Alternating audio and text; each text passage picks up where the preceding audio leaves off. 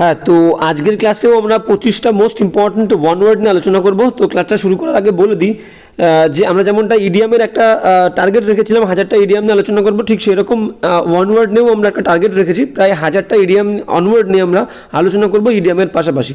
তো আর একটা কথা যেটা হচ্ছে, এই যে 25টা ওয়ান ওয়ার্ড আমরা করব, এই ওয়ান ওয়ার্ডগুলো কিন্তু প্রিভিয়াস ইয়ার থেকে নেওয়া হয়েছে, বিশেষ করে এসএসসি যে সমস্ত এক্সামগুলো হয়, সিরিয়াল, সিজিএসএল, এমটিএস, এসএসসি জিডি, সেই জায়গা থেকে নেওয়া হয়েছে প্রিভিয়াস ইয়ার থেকে। তো চলো আজকের ক্লাসটাও শুরু করা যাক। তো ফার্স্ট এক্সাম্পল কি বলছে দেখো, ফার্স্ট এক্সাম্পল বলছে এ person who loves wealth and spends as little as possible. মানে বলছে একজন ব্যক্তি হু লাভস, যে ভালোবাসে, ওয়েলথ মানে টাকা পয়সা সম্পত্তি ভালোবাসে, অ্যান্ড স্পেন্ডস এবং খরচা করে, অ্যাজ লিটল অ্যাজ পসিবল যতটা কম খরচা করা যায় ততটা কম সে খরচা করে। ঠিক আছে, তো প্রথম অপশনটা কি আছে দেখো, এখানে উত্তর হবে হচ্ছে miser. D is the correct answer, D is the correct answer. বাদ বাকি অপশনগুলো আমরা দেখে নেবো। বলছে বলছে কারমার্জিয়ান। কারমার্জিয়ান মানে কি? কারমার্জিয়ান মানে হচ্ছে এই ব্যক্তিটাকেও আমরা কৃপণ বলতে পারি, কিন্তু কৃপণের সঙ্গে সঙ্গে এর মানে আছে কি, এর মানে হচ্ছে খিটখিটে বা বদ মেজাজি। তো যেহেতু খিটখিটে এবং বদ মেজাজির সাথেও একটা ব্যক্তি কৃপণ, তো সেই জন্য আমরা এই অপশনটাকে না নিয়ে শুধুমাত্র মাইজার মানেই হচ্ছে কৃপণ। তাহলে এইটাকে কারমার্জিয়ান যেটা আছে, এটাকে আমরা কি বলবো? খিটখিটে বা বদ মেজাজি। আর বিদাক কি আছে দেখো, বিদাক বলছে মানি গ্র্যাবার। গ্র্যাব মানে হচ্ছে দখল করা, আর পয়সা যে দখল করে, মানে একজন ব্যক্তি যে অর্থলোভী, মানে অ্যাভারিসিয়াস। আমরা অ্যাভারিসিয়াস ওয়ার্ডটা পেয়েছিলাম ওয়ান ওয়ার্ডে, অ্যাভারিসিয়াস, AVARICIOUS, এটা সিনোনিম, অ্যাভারিসিয়াসের সিনোনিম। তো মানি গ্র্যাবার আর অ্যাভারিসিয়াস মানে অর্থলোভী ব্যক্তি, যে অর্থ দখল করতে পছন্দ করে। আর স্ক্রিম্প মানে কি? স্ক্রিম্প দেখো, এটা একটু সরিয়ে, হ্যাঁ স্ক্রিম্প। তাহলে মানি গ্র্যাবার মানে হচ্ছে অর্থলোভী, কারমার্জিয়ান মানে বললাম বদমেজাজি বা খিটখিটে, মাইজার মানে কৃপণ। D is the correct answer. আর স্ক্রিম্প মানে হচ্ছে একজন কিপটেমি করা। স্ক্রিম্প মানে হচ্ছে কিপটেমি করা, এটা হচ্ছে ভার্ব, এটা হচ্ছে ভার্ব। তাহলে আমাদের নাউন লাগবে, একজন ব্যক্তি লাগবে, সেই কারণে আমরা ডি নেবো, মাইজার। অলরাইট, এবার যাবো নেক্সট। 27 কি বলছে দেখো, হ্যাঁ 27 বলছে যে a person who is fluent in two language. একজন ব্যক্তি যে দুটো ভাষায় খুব ফ্লুয়েন্ট, দুটো ভাষায় ভালো কথা বলতে পারে, তাকে আমরা কি বলবো? দোভাষী। Bilingual is the correct answer. Bilingual is the correct answer. ঠিক আছে, মোনোলিঙ্গুয়াল মানে কি? মোনো মানে এক, বাই মানে দুই, তাহলে বাইলিঙ্গুয়াল মানে যে দোভাষী। মোনোলিঙ্গুয়াল মানে একটা ভাষায় কথা বলে। পলিলিঙ্গুয়াল মানে কি? বা মাল্টিলিঙ্গুয়াল। পলিলিঙ্গুয়াল বা মাল্টিলিঙ্গুয়াল মানে হচ্ছে অনেক ভাষা, যে বহু ভাষায় কথা বলতে পারে। তো ভার্সাটাইল দেখবো আমরা অন্যগুলো। ভার্সাটাইল মানে হচ্ছে একজন ব্যক্তি যে অনেক বিষয়ে এক্সপার্ট। ঠিক আছে, এক্সপার্ট অন মেনি অ্যাক্টিভিটিস। একজন ব্যক্তি যে অনেক বেশি অনেক অ্যাক্টিভিটিসে যে এক্সপার্ট, তাকে বলবো ভার্সাটাইল। আর বিদায় বলছে এক্সপার্ট মানে বুঝতে পারছো, এক্সপার্ট মানে হচ্ছে দক্ষ, যে কোনো একটা বিষয়ে এক্সপার্ট, দক্ষ, এক্সপিরিয়েন্স, তাকে বলবো এক্সপার্ট। ঠিক আছে, তো নলেজেবল মানে কি? নলেজেবল মানে একজন ব্যক্তি who has knowledge on a particular subject, যার কোনো একটা নির্দিষ্ট বিষয়ে কনসেপ্ট বা এক্সপিরিয়েন্স বা কোনো জ্ঞান আছে, নলেজ আছে, তাকে বলবো নলেজেবল। অলরাইট, এবার যাবো নেক্সট। 28 কি বলছে দেখো, 28 বলছে ওয়ান, হ্যাঁ বলছে ওয়ান, একজন ব্যক্তি হু ইটস হিউম্যান ফ্লেশ। একজন ব্যক্তি যে শুধুমাত্র মানুষের মাংস খায়, তাকে আমরা কি বলবো? Cannibal. B is the correct answer. Man eater মানেও মানুষ খায়, কিন্তু cannibal is the correct answer. Cannibal মানে হচ্ছে ওই ব্যক্তিটার একদম টেকনিক্যাল টার্ম হচ্ছে ক্যানিবাল, যে মানুষের মাংস খায়, তাকে বলবো ক্যানিবাল। বিস্ট মানে কি? বিস্ট মানে পশু বা পাশবিক কোনো ব্যক্তি, পশু জন্তু, তাকে আমরা বলবো বিস্ট। আবার একটা মানুষ যে পাশবিক, তাকেও বিস্ট বলবো।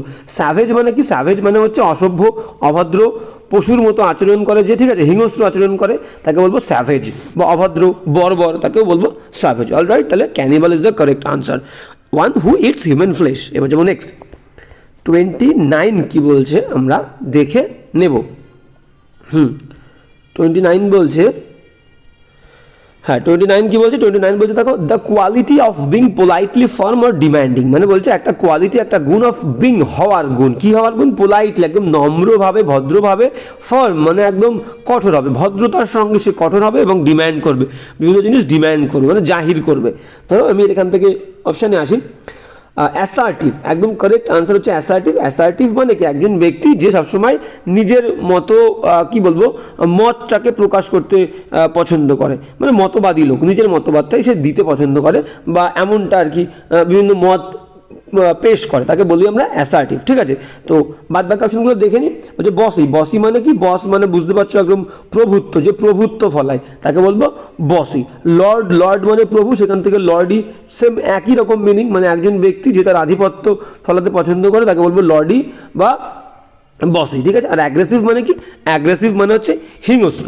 তাহলে এখান থেকে আমাদের সঠিক উত্তর কী হবে? সঠিক উত্তর হবে হচ্ছে অ্যাসার্টিভ। অ্যাসার্টিভের মানে কি বললাম? মানে জেদপূর্ণ, ঠিক আছে, জাহির করে এমন, মানে having or showing a confident and forceful personality, মানে একজন ব্যক্তি যে বলতে পারো নিজের কনফিডেন্ট প্রকাশ করে, নিজের আত্মবিশ্বাস প্রকাশ করে, ফোর্সফুল পার্সোনালিটি, ঠিক আছে, জোর করে, তাকে বলবো আমরা অ্যাসার্টিভ। অ্যাসার্টিভ বিবৃতিমূলক, ঠিক তাই বলেছে, a quality of being politely firm, নম্রতার সঙ্গে ভদ্রতার সঙ্গে সে জেদপূর্ণ এবং ডিম্যান্ড করে, নানান রকম ডিম্যান্ড দাবি রাখে, তাকে বলবো assertive. A is the correct answer. Alright, এবার যাবো নেক্সট। 30 দাগ কি বলছে দেখো, 30 দাগ বলছে কি? 30 দাগ বলছে যে to be dogmatic in one's opinion, বলছে টু বি হওয়া, ডগমেটিক মানে জেদপূর্ণ, জেদ হওয়া, নিজের মতামতে অটুট থাকা, ইন ওয়ান্স অপিনিয়ন, নিজের যে সিদ্ধান্ত, নিজের যে মতামত, সেখানে একদম জেদ ধরে ধরে বসে থাকবে, যে সেখান থেকে সে নড়বে না, মানে জেদি ব্যক্তি। প্লেইনটিভ মানে দুঃখজনক, opinionated is the correct answer. Opinion, নিজের যে ওপিনিয়ন দেবে, নিজের যে মতবাদ দেবে, সেই মতবাদে অনড় থাকা, মানে জেদি মানে জেদি থাকা, ঠিক আছে। তাহলে opinionated is the correct answer. প্লেইনটিভ মানে বললাম দুঃখজনক, আনডাউটেবল মানে একটা জিনিস যেখানে কোনো সন্দেহ নেই, সন্দেহ করার কোনো জায়গা নেই, সন্দেহাতীত জিনিস। আর সিকিউলার মানে কি? ধর্ম নিরপেক্ষ, যেখানে কোনো ধর্মের বেড়াজাল নেই, ধর্ম নিরপেক্ষ কোনো কিছুকে আমরা বলি সেকুলার। অলরাইট, এবার যাবো নেক্সট। 31 কি বলছে দেখো, 31 বলছে যে intense and unreasoned fear or dislike, বলছে তীব্র এবং অযৌক্তিক যে ভয় আর অপছন্দ, কোনো কিছুকে তীব্র দেখো, শুধুমাত্র তীব্র ভয় যদি থাকে, কোনো জায়গায় আমি গেলাম, এমন একটা অ্যাটমসফিয়ারে গেলাম, এমন একটা পরিবেশে গেলাম, অন্ধকার পরিবেশ বা এমন একটা পরিস্থিতি যেখানে গিয়ে আমার খুবই আতঙ্ক লাগছে, ভয় লাগছে, সেটা কিন্তু আনরিজনেবল নয়, তাহলে সেটাকে আমরা বলবো কি? হরর। কোনো জায়গায় গিয়ে আমাদের ইন্টেন্স ফিয়ার হলে, ইন্টেন্স ফ্রাইট হলে, ইন্টেন্স স্কেয়ার হলে, মানে কি আতঙ্ক ভয় যদি তীব্র হয় এবং সেটা যদি যুক্তিযুক্ত হয় পরিবেশের সঙ্গে, তাহলে সেটাকে বলবো আমরা হরর। কিন্তু এখানে কি বলছে? এখানে বলছে দেখো আনরিজনড মানে অযৌক্তিক ভয় এবং অপছন্দ কোনো কিছু নিয়ে তীব্র, তাহলে সেটাকে বলবো ফোবিয়া। অলরাইট, আর রিজনের সঙ্গে যদি কোনো কিছুর ভয় হয়, এমন একটা পরিস্থিতি সেটা সত্যি তীব্র ভীতিপ্রদ, ঠিক আছে, ভয় সৃষ্টি করে, তাকে বলবো হরর, আতঙ্ক, ঠিক আছে। তাহলে আনরিজনড ফিয়ার হলে, ইন্টেন্স আনরিজনড ফিয়ার হলেই বলবো কি? ফোবিয়া। আর রিজনড ফিয়ার হলে, ইন্টেন্স রিজনড ফিয়ার, তাকে বলবো হরর।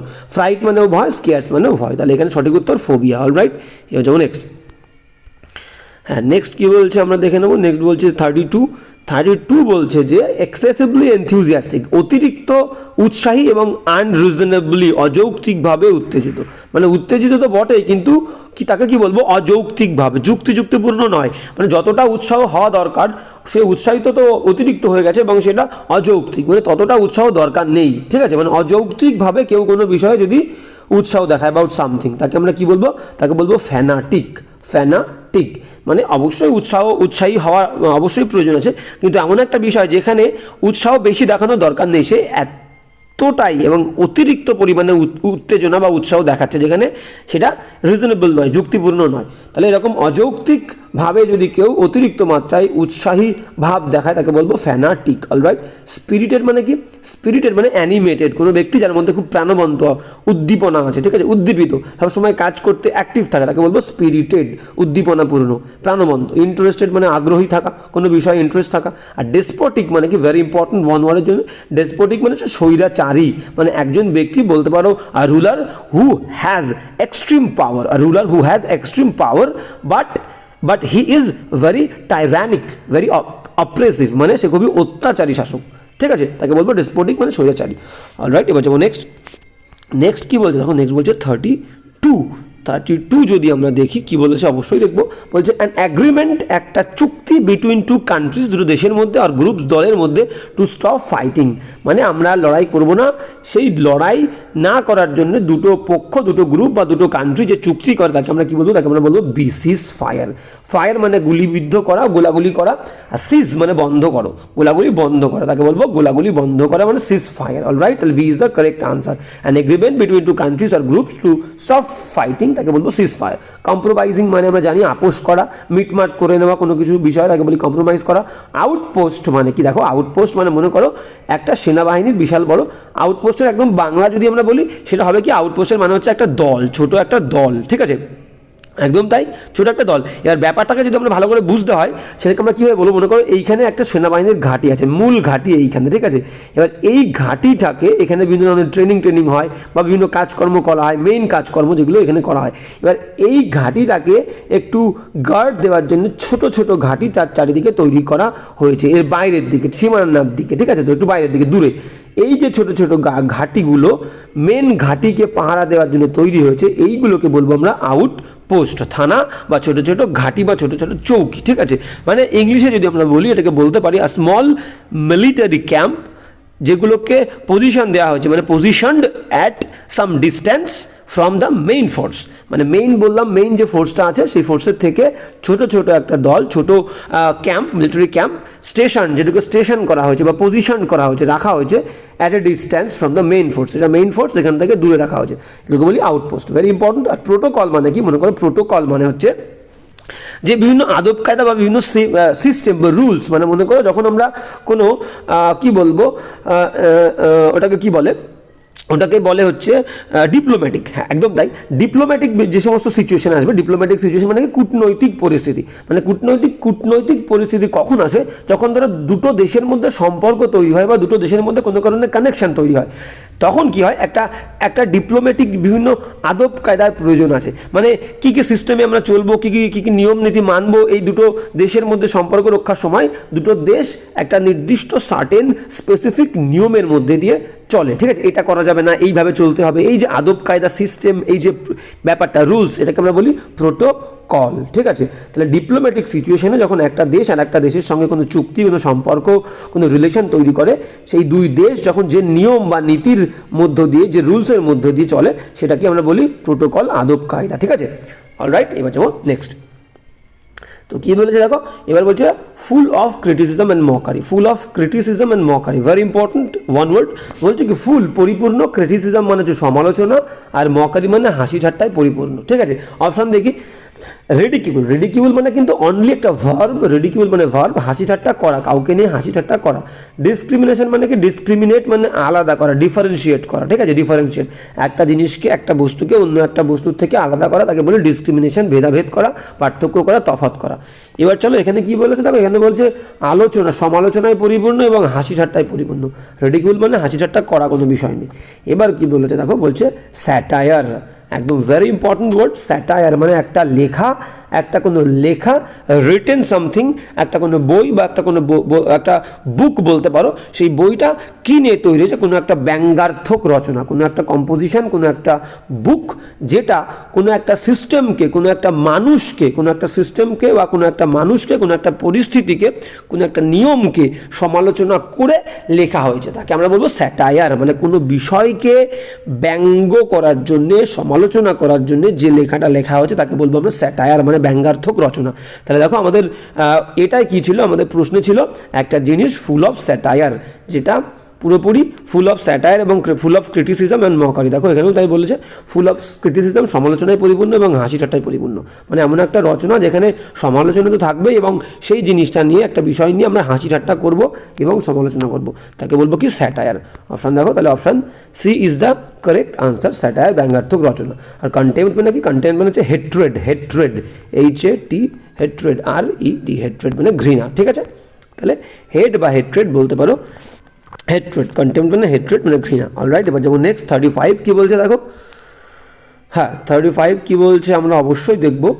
35 বলছে যে 35 বলছে কি, বলছে ওয়ান হু ইন্টারভিনস, বলছে একজন ব্যক্তি যে মধ্যস্থতা করে between two or more parties to settle differences, মানে দুটো দলের মধ্যে যদি কোনো ঝামেলা বা গণ্ডগোল হয়, সেই ঝামেলা বা গণ্ডগোলটাকে মিটমাট করার জন্য যে তৃতীয় একজন ব্যক্তিকে নিযুক্ত করা হয় অফিসিয়ালি, তাকে আমরা কি বলবো, তাকে আমরা ইন্টারভিন করে, মানে নাক গলায় বা মধ্যস্থতা করে দুটো দলের মধ্যে একটা কোনো গণ্ডগোল মেটানোর জন্য, সেটেল ডিসপিউট, তাকে আমরা বলবো intermediary. B is the correct answer.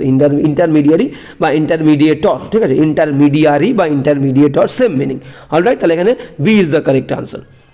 বাদ বাকি অপশানগুলো কী বলেছে দেখেন, নিউট্রাল মানে হচ্ছে নিরপেক্ষ, যে কোনো পক্ষেই থাকে না। জাজ মানে বিচার করা। আর কনয়শিওর মানে কি, ভেরি ইম্পর্টেন্ট, কনিশিওর বা কনয়শিওর যেটা আমরা বলে থাকি, এটা কিন্তু একজন এক্সপার্ট বা একজন ক্রিটিক্যাল জাজ।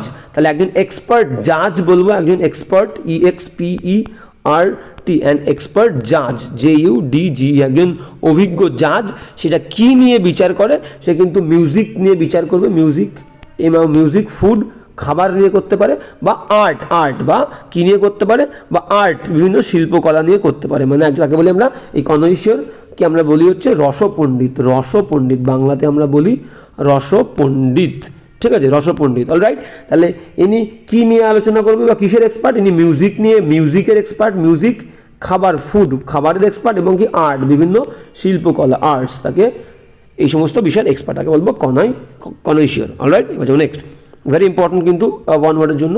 এবার যাবো 36 কি বলছে দেখো, 36 বলছে যে to give one's authority to another, মানে একজন ব্যক্তি তার যে অথরিটি, ক্ষমতা, ঠিক আছে, শাসন করার ক্ষমতা, সেই ক্ষমতাটা অন্য একজনকে দেওয়া, তাকে আমরা কি বলবো? তাকে আমরা বলবো delegate is the correct answer. Delegate মানে কি? ডেলিগেট মানে আমরা প্রতিনিধিত্ব করার যে ক্ষমতা দিই তাকে বলা হয় ডেলিগেট, ঠিক আছে। ডেলিগেট মানে আমরা বলি না প্রতিনিধি, তাকে বলি আমরা প্রতিনিধি। এবার ধরো মনে করো কোনো একটা দেশে বিভিন্ন এক দেশের বিভিন্ন মন্ত্রী থাকে, বিভিন্ন মিনিস্টার থাকে, এবং তারা কি করে, একজন যে মিনিস্টার, মনে করো আমি বললাম কোনো একটা দেশের যে প্রাইম মিনিস্টার অন্য একটা দেশের কোনো একটা পরিস্থিতি সামলানোর জন্য সেই দেশে কাউকে কোনো একটা মিনিস্টারকে পাঠিয়েছে, তাহলে প্রধানমন্ত্রীর হয়ে সে কিন্তু ওই জায়গায় প্রতিনিধিত্ব করতে গেছে, তাকেই আমরা বলবো ডেলিগেট, মানে প্রতিনিধি। তাহলে দেখো, তাহলে প্রধানমন্ত্রী কী করলো, একজন মিনিস্টারকে তার অথরিটি দিল, তার ক্ষমতা দিল, এবং সে সেই ক্ষমতাটা নিয়ে গিয়ে অন্য একটা দেশে কোনো একটা পরিস্থিতি সামলাতে গেল। তাহলে ওই যে মিনিস্টার গেল অন্য দেশে, সে কিন্তু প্রতিনিধিত্ব করতে গেল কার হয়ে? প্রধানমন্ত্রীর হয়ে। তাহলে প্রধানমন্ত্রী কী করেছে? টু গিভ ওয়ান্স অথরিটি, প্রধানমন্ত্রী নিজের অথরিটি দিয়েছে ওই মিনিস্টারের ওপরে, এটাকে বলবো ডেলিগেট, প্রতিনিধি। অলরাইট, গেল, বা প্রতিনিধিত্ব নিয়োগ করা, এটাকে আমরা নাউন বা ভার্ব দুটো হিসাবে ইউজ করতে পারি।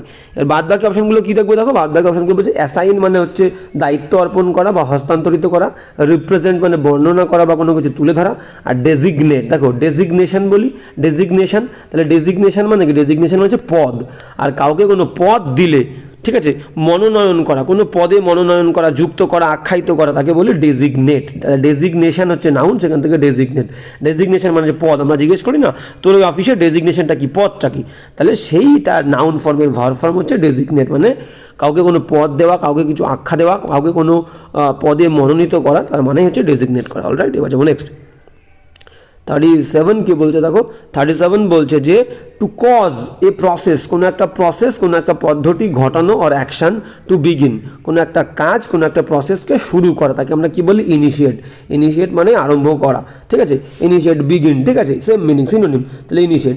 ইম্পেল মানে কি? ইম্পেল মানে হচ্ছে ইন্সপায়ার করা, অনুপ্রাণিত করা, ইম্পেল মানে হচ্ছে ইন্সপায়ার, অনুপ্রাণিত করা, ইন্সপায়ার, INSPIR, ইন্সপায়ার, ঠিক আছে। ইমিটেট মানে হচ্ছে নকল করা, কপি করা, নকল, ইমিটেট। আর কনস্ক্রিপ্ট মানে কি? কনস্ক্রিপ্ট ভেরি ইম্পর্টেন্ট ওয়ার্ড ওয়ার্ডের জন্য। কনস্ক্রিপ্ট মানে হচ্ছে ফোর্সফুলি যদি কোনো একজনকে কোনো একজন ব্যক্তিকে সেনাবাহিনীতে নিযুক্ত করা হয়, forcefully employ someone into any type of force, ঠিক আছে, তাকে বলবো আমরা কি? কনস্ক্রিপ্ট করা, মানে সেনাবাহিনীতে আমরা কাউকে যখন ফোর্সফুলি নিয়োগ করি তাকে বলবো কনস্ক্রিপ্ট। অলরাইট, এবার যাব নেক্সট কি বলছে দেখো, একদম তাই বলছে 38 হ্যাঁ 38 কি বলছে দেখো, বলছে the absence of law and disorder, বলছে এমন একটা জায়গা যেখানে কোনো অনুপস্থিতি, অ্যাবসেন্স মানে অনুপস্থিতি আছে আইন কানুন এবং অর্ডার, শৃঙ্খলা এবং আইন কানুনের যে অনুপস্থিতি, সেই পরিস্থিতিটাকে আমরা কি বলবো?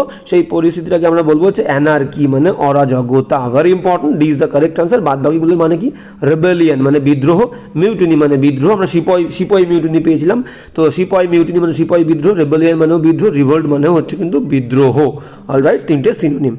তাহলে এখান থেকে anarchy is the correct answer. বাদ বাকি যাবো নেক্সট 39 কি বলছে দেখো, 39 বলছে কি, 39 বলছে a voice that can not be heard, বলছে একটা শব্দ যেটা শোনা যায় না। মনে করো কেউ একটা কোনো শব্দ করেছে মুখ দিয়ে, সেই শব্দটা আমি শুনতে পেলাম না, একটা শব্দ যেটা শোনা যায় না, ঠিক আছে, সেটাকে বলবো inaudible. D is the correct answer. আর অডিবল মানে একটা জিনিস, একটা শব্দ, something that can be heard, একটা জিনিস যেটাকে শোনা যাবে, তাকে বলবো অডিবল। ফেইন্ট মানে কি? ফেইন্ট মানে দুর্বল, বিবর্ণ হয়ে গেছে যে খুবই দুর্বল, তাকে বলবো ফেইন্ট। আর আনহার্ড মানে কি? আনহার্ড মানে মনে করো আমি এই কথাটা, আমাকে কেউ একটা কথা প্রথমবারের জন্য বললো, সেই কথাটা আমি আগে কখনো শুনিনি, সেটাকেই বলবো ইট ইজ আনহার্ড ট্রুথ। এটা হলো অশোনা সত্যি কথা, মানে আমি এই সত্যি কথাটা বা এই কথাটা আগে কখনো শুনিনি, সেটাকেই বলি আনহার্ড, একটা জিনিস যেটা আগে কখনো শুনিনি। ঠিক আছে, তাহলে এখানে something that can not be বা একটা voice that can not be heard, যেটা শোনা যায় না, inaudible is the correct answer. এবার যেমন নেক্সট 40 কি বলছে দেখো, 40 বলছে যে 40 কি বলছে, আচ্ছা আমরা একটু মিনিমাইজ করবো, হ্যাঁ 40 বলছে যে 40 high sea waves caused by underwater earthquake, মানে বিশাল বড় সমুদ্রের ওয়েভস ঢেউ তৈরি হয়, যেটা ঘটে কজড বাই আন্ডার ওয়াটার, জলের নিচে আর্থকোয়েক ভূমিকম্পের ফলে। আমরা জানি জলের নিচে ভূমিকম্পের ফলে যদি বিশাল বড় ঢেউয়ের সৃষ্টি হয় সেটাকে আমরা সুনামি বলি, ভেরি ইম্পর্টেন্ট। ঠিক আছে, তো অপশান দেখে নেবো, অপশান দেখো একদমই তাই, অপশান কোথায় আছে ABCD, প্রথমটা হচ্ছে সুনামি। সুনামি কিন্তু স্পেলিংয়ের জন্য very important, TSUNIME tsunami, MI TSUNAMI tsunami, মানে সমুদ্র স্রোত, বিশাল বড় বড় ঢেউ তৈরি, তাকে বলি সুনামি গেল। আর টর্নেডো হচ্ছে এটা একটা ঝড়ের নাম, হারিকেন একটা ঝড়ের নাম, সাইক্লোনও একটা ঝড়ের নাম, তাহলে সুনামি সমুদ্রের নিচে ভূমিকম্পের ফলে যে বিশাল বড় বড় ঢেউ তৈরি হয় তাকে বলি সুনামি। অলরাইট, এবার যাবো নেক্সট 41 কি বলছে আমরা দেখে নেব। 41 একদম দেখবো, হ্যাঁ 41 কি বলছে দেখো, 41 বলছে এ ডিজিজ একটা রোগ which is spread by direct contact, বলছে স্পর্শের ফলে, একদম ডাইরেক্ট যে স্পর্শ, সেই স্পর্শের ফলে যদি কোনো রোগ ছড়িয়ে পড়ে তাকে আমরা বলবো এ ইজ দ্য কারেক্ট আনসার, কন্ট্যাজিয়াস, মানে ছোঁয়াচে রোগ, ছোঁয়াচে, তাহলে কন্ট্যাজিয়াস। অলরাইট, তাহলে ডাইরেক্ট কন্ট্যাক্টের ফলে যে রোগটা ছড়ায় তাকে বলি কন্ট্যাজিয়াস। আর বাদ বাকিগুলো অপশন দেখবো তো ইনফেকশাস মানে সংক্রামক, এটা কি জিনিস, মনে করো কোনো একটা ডিজিজ, কোনো একটা রোগ হুইচ ইজ স্প্রেড, যেটা ছড়িয়ে পড়ে থ্রু এনভায়রনমেন্ট, পরিবেশের মধ্যে দিয়ে, বিভিন্ন মানুষজনদের মধ্যে হতে পারে, পিপল মানুষজনদের মধ্যে, এবং বিভিন্ন অ্যানিমালস, প্লান্টস বা অর্গানিজম মানে বিভিন্ন জীব, তাহলে বিভিন্ন জীবের মধ্যে এবং মানুষের মধ্যে কোনো রোগ যদি থ্রু এনভায়রনমেন্ট ছড়িয়ে পড়ে তাকে বলবো ইনফেকশাস। এপিডেমিক মানে কি, এপিডেমিক মানে মহামারী, মানে একটা বিস্তৃত এলাকা জুড়ে, বিশাল বড় এলাকা জুড়ে যদি কোনো রোগ বা ছড়িয়ে পড়ে তাকে বলবো এপিডেমিক, বড় এরিয়া জুড়ে, বিস্তর এরিয়া জুড়ে। এবং এন্ডেমিক কাকে বলছে, এন্ডেমিক আর এপিডেমিকের মধ্যে কিন্তু একটা তফাৎ আছে, একটা বিস্তৃত এলাকা জুড়ে কোনো রোগ ছড়িয়ে পড়লে বলবো এপিডেমিক, যেমন করোনা ছড়িয়ে পড়েছে। আর এন্ডেমিক মানে কি, একটা নির্দিষ্ট কোনো রিজিয়ন, নির্দিষ্ট কোনো এলাকার মধ্যে যদি কোনো রোগ ছড়ায় সেটাকে বলবো, ছোট কোনো নির্দিষ্ট এলাকায় যদি ছড়িয়ে পড়লে সেটাকে বলবো এন্ডেমিক। অলরাইট, এবার যাবো নেক্সট কি বলতে হবে 42, হ্যাঁ 42 কি বলছে আমরা অবশ্যই দেখব।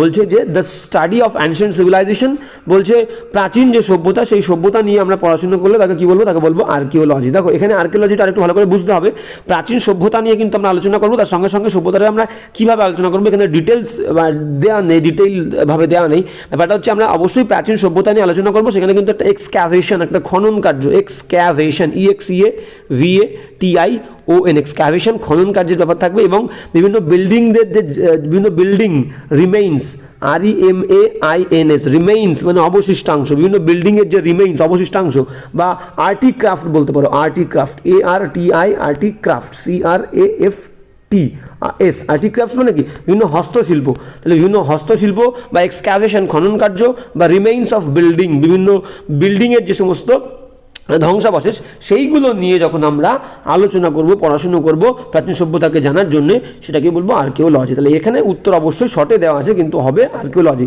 আর বাদ বাকি অপশানগুলো কি আছে আমরা একটু আলোচনা করে নেব।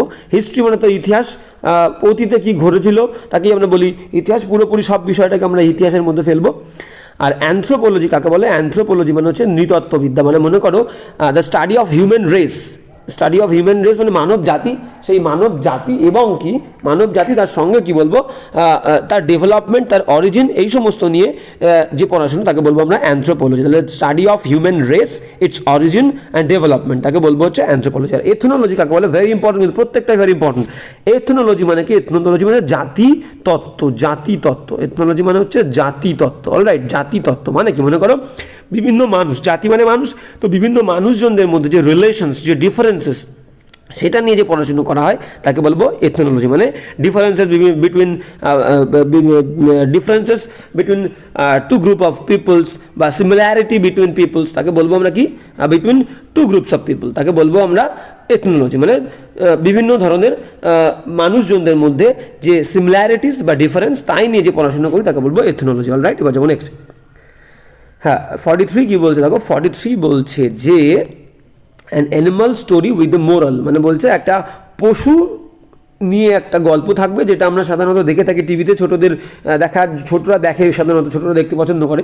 তো অ্যানিমাল নিয়ে একটা গল্প থাকবে এবং সেই গল্পের মধ্য দিয়ে কনভে করবে, একটা বলা হবে কি মোরালিটি, মানে একটা নীতি কথা বলা হবে। তাহলে পশু তো মাছ থাকবে এবং সেই পশুর গল্পের সঙ্গে একটা নীতি কথা বলা হবে, তাকে বলবো ফেবল।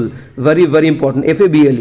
এবার টেল কাকে বলছে? দেখো, টেল বলছে হচ্ছে একটা নর্মাল স্টোরি, যেটা ইম্যাজিনেটরি হবে, ইম্যাজিনেশন থাকবে এবং সেখানে অ্যাকশন থাকবে, বেশি করে অ্যাকশন থাকবে, অ্যাকশন এবং অ্যাডভেঞ্চার থাকবে, ACTION, অ্যাকশন এবং কি থাকবে? Adventure, ENTURE, adventure. তাহলে টেল মানে নর্মাল কোনো ইমাজিনারি গল্প, মানে ইমাজিনেশন দিয়ে গল্পটা তৈরি করা হচ্ছে, যেখানে অ্যাকশন থাকবে এবং অ্যাডভেঞ্চার থাকবে। অলরাইট, এবার বাদ বাকি অ্যানেকডট মানে কি বলেছে দেখো, anecdote very very important. Anecdote মানে হচ্ছে কোনো রিয়েল ইনসিডেন্ট বা রিয়েল কোনো এক্সপিরিয়েন্সের উপরে বেস করে যে গল্পটা তৈরি হবে তাকে বলবো অ্যানেকডট। আর প্যারাবল কাকে বলে? প্যারাবল মানে দেখো, প্যারাবল আর ফেবল এই দুটো হচ্ছে আমরা গুলিয়ে ফেলি, প্যারাবল আর ফেবলের মধ্যে আমরা দুটো গুলিয়ে ফেলি।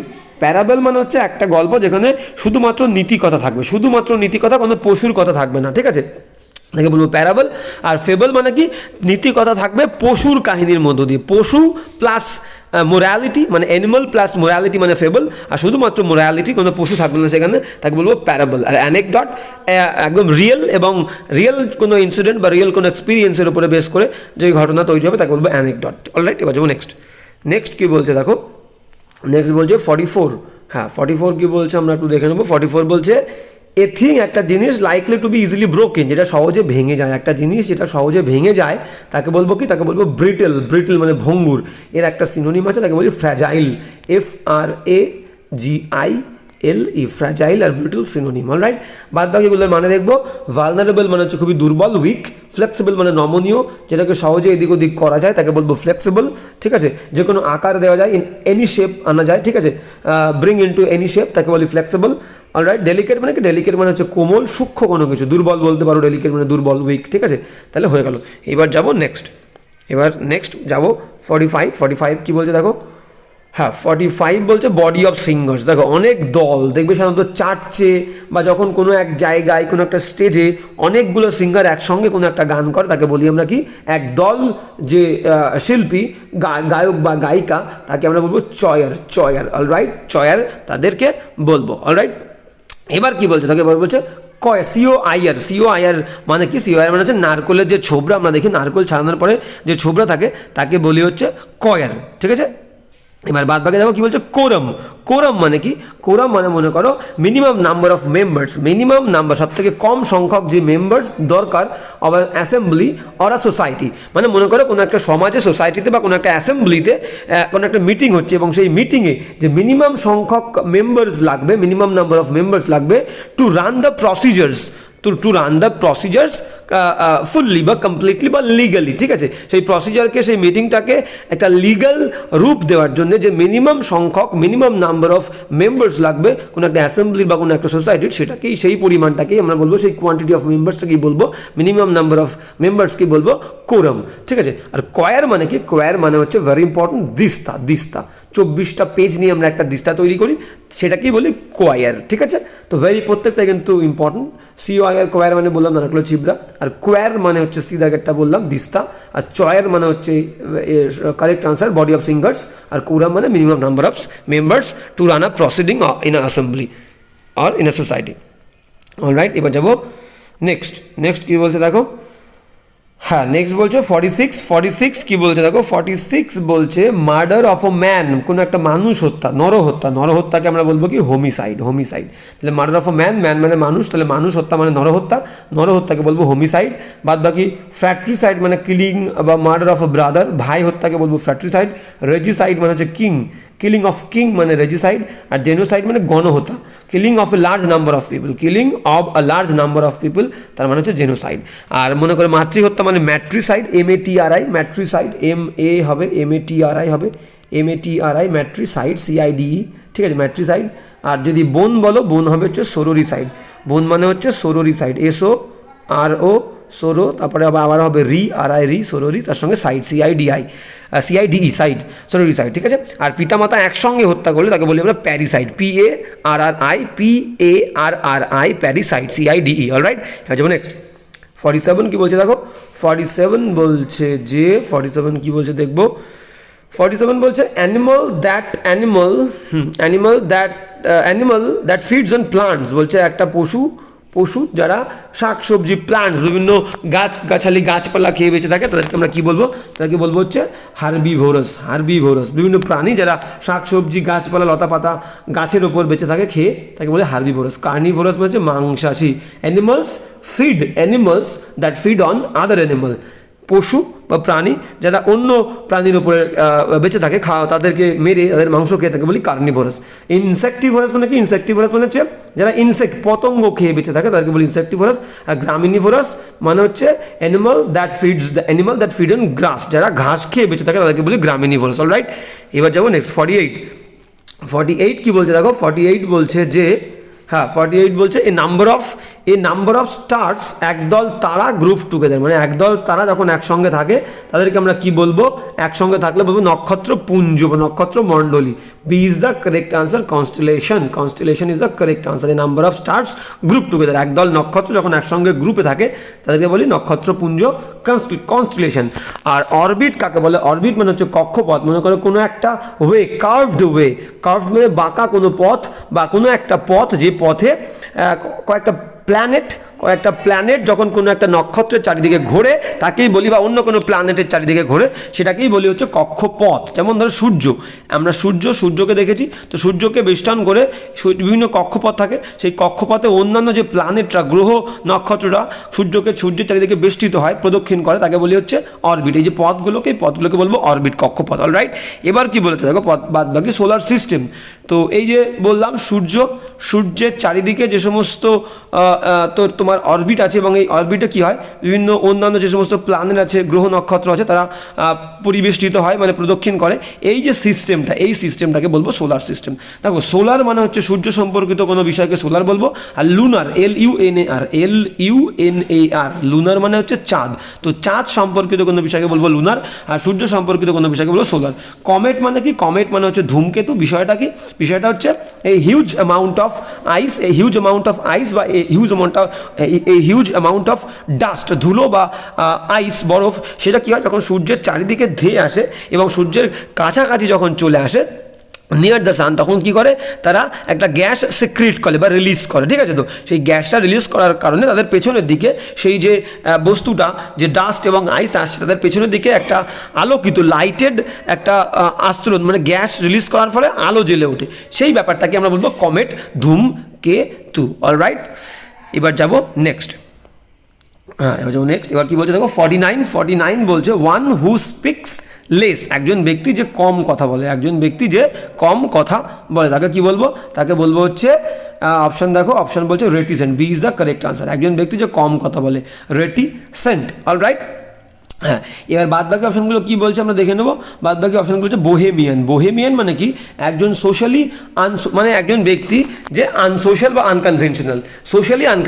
মানে একজন ব্যক্তি আনকনভেনশনাল মানে কি, কোনো প্রথা নিয়ম মানে না, সমাজের কোনো নিয়ম কানুন মানে না, নিজের মতো করে জীবনটাকে লিড করে বা বাঁচে বা কাটায়। ঠিক আছে, তাকে বলি বোহেমিয়ান। সাধারণত কারা হয়, সাধারণত যারা আর্টিস্ট হয় তারা এরকমের জীবনযাপন পালন করে থাকে। তাহলে একজন মানুষ who does not follow any conventional way of living, তাকে বোহেমিয়ান। রেটিসেন্ট মানে হচ্ছে কম কথা বলে। রেটিসেন্টের একটা সিনোনিম তোমরা যদি বলতে চাও বা জানতে চাও, ভেরি ইম্পর্টেন্ট কিন্তু ভোকাবুলারির জন্য, সিনোনিম অ্যান্টোনিম সব কিছুর জন্য। রেটিসেন্ট মানে স্বল্পভাষী, এটাকে বলতে পারো ইন্ট্রোভার্ট। ইন্ট্রোভার্ট, VERT, ইন্ট্রোভার্ট মানে স্বল্পভাষী, কম কথা বলে। ঠিক আছে, বাক সংযমী যাকে বলি। অ্যাপোস্টেট মানে কি, অ্যাপোস্টেট ভেরি ইম্পর্টেন্ট। অ্যাপোস্টেট মানে হচ্ছে ধর্মত্যাগী ব্যক্তি, ধর্ম ত্যাগ করা, মানে মনে করো সামওয়ান হু রিনাউন্সেস, যে ত্যাগ করে, ওয়ান্স বা এ রিলিজিয়াস ফেইথ বা পলিটিক্যাল ফেইথ, যে কোনো রাজনৈতিক বিশ্বাস বা ধর্মীয় বিশ্বাস ত্যাগ করে তাকে বলবো হচ্ছে অ্যাপোস্টেট। ঠিক আছে, অ্যাপোস্টেট ধর্মত্যাগী ব্যক্তি। আরবিট্রেটর মানে কি, আজকে একটু আগেই এটাকেই বলেছি আমরা আরবিট্রেটর, মানে মধ্যস্থতাকারী কোনো ব্যক্তি। মানে মনে করো কোনো একটা জায়গায় দুটো দলের মধ্যে কোনো ডিসপিউট, কোনো ঝামেলা হয়েছে, কোনো কোয়ারেল হয়েছে, এবং সেই ঝামেলা দুটোকে সেটেল করার জন্য, মিটমাট করানোর জন্য যে ব্যক্তিটাকে অফিসিয়ালি অ্যাপয়েন্ট করা হয় তাকে বলি আরবিট্রেটর। মানে একজন ব্যক্তি, someone who intervenes between two group of people to settle a dispute, মানে ঝামেলাকে মেটানোর জন্য একজন ব্যক্তি যে মধ্যস্থতা করে অফিসিয়ালি তাকে বলা হয় আরবিট্রেটর, অলরাইট, বা ইন্টারমিডিয়েটর, যেটা আগে পেয়েছি আজকে। এবার আজকে লাস্ট এক্সাম্পল কি বলছে দেখো 50, লাস্ট এক্সাম্পল বলছে যে দ্য প্লান্টস, একটা উদ্ভিদকুল বা ভেজিটেশন, শাকসবজি, আবার রিজিয়ন, মানে কোনো একটা অঞ্চল, কোনো একটা অঞ্চলের যে উদ্ভিদকুল আছে বা শাকসবজি, যে সমস্ত শাকসবজি এবং উদ্ভিদ নিয়ে যে একটা জাতি তৈরি হচ্ছে, একটা কুল তৈরি হচ্ছে, সেইটাকে কি বলবো, মানে কোনো একটা জায়গার উদ্ভিদকুলকে আমরা কি বলি সেটাকে বলবো। দেখো উদ্ভিদের মধ্যে দুটো আছে, দেখো ফ্লোরা আর হচ্ছে ফনা। তাহলে বি দেখে বলছে ফ্লোরা, এ দেখে বলছে ফনা। দেখো ফনা কার আছে, ফনা জানি আমরা সাপের থাকে, সাপ কিন্তু প্রাণীর মধ্যে পড়ে, উদ্ভিদকুলের মধ্যে পড়ে না। তাহলে ফনা থেকে মনে রাখবে সাপ মানে প্রাণী। তাহলে কোনো একটা রিজিয়নের, কোনো একটা জায়গার যে সমস্ত এনিম্যাল গ্রুপ, মানে animal, the animals of a particular region, মানে পুরো টোটাল যে অ্যানিমালস আছে কোনো একটা রিজিয়নে, সেই সমস্ত অ্যানিমালসকে একত্রিত করলে সেইখানকার ফনা বলা হবে। ফনা মানে সাপ। তাহলে প্রাণীকুলকে, কোনো একটা রিজিয়নের প্রাণীকুলকে বলবো ফনা, আর উদ্ভিদকুলকে বলবো ফ্লোরা। ফ্লোরা মানে কি, দেখো অনেকটা ফুলের মতো আছে, ফুল কার হয়, উদ্ভিদের হয়, ফ্লাওয়ার থেকে ফ্লোরা, এই সেন্সে মনে রাখবে এইভাবে।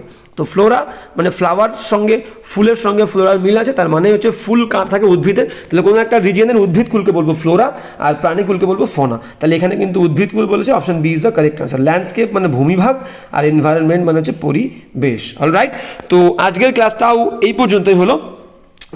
দেখা হবে নেক্সট ক্লাসে অবশ্যই। আর তোমাদের যদি কারোর মনে হয় যে এই যে পরপর ক্লাসগুলো পেতে একটু অসুবিধা হচ্ছে, আমি তোমাদের জন্য আর কি প্লে লিস্ট করে রেখে দিয়েছি। তো খুঁজতে সমস্যা হলে কোনো সমস্যা নেই, চ্যানেলে গিয়ে তোমরা প্লে লিস্ট চেক করলে বুঝতে পারো, প্রত্যেকটার জন্য আলাদা আলাদা করে প্লে লিস্ট করে দেওয়া আছে। ইডিএমের একটা আলাদা প্লে লিস্ট, ইয়রের একটা আলাদা প্লে লিস্ট, ওয়ান ওয়ার্ডের জন্য একটা আলাদা প্লে লিস্ট। কোনো সমস্যা হওয়ার কথা নয়।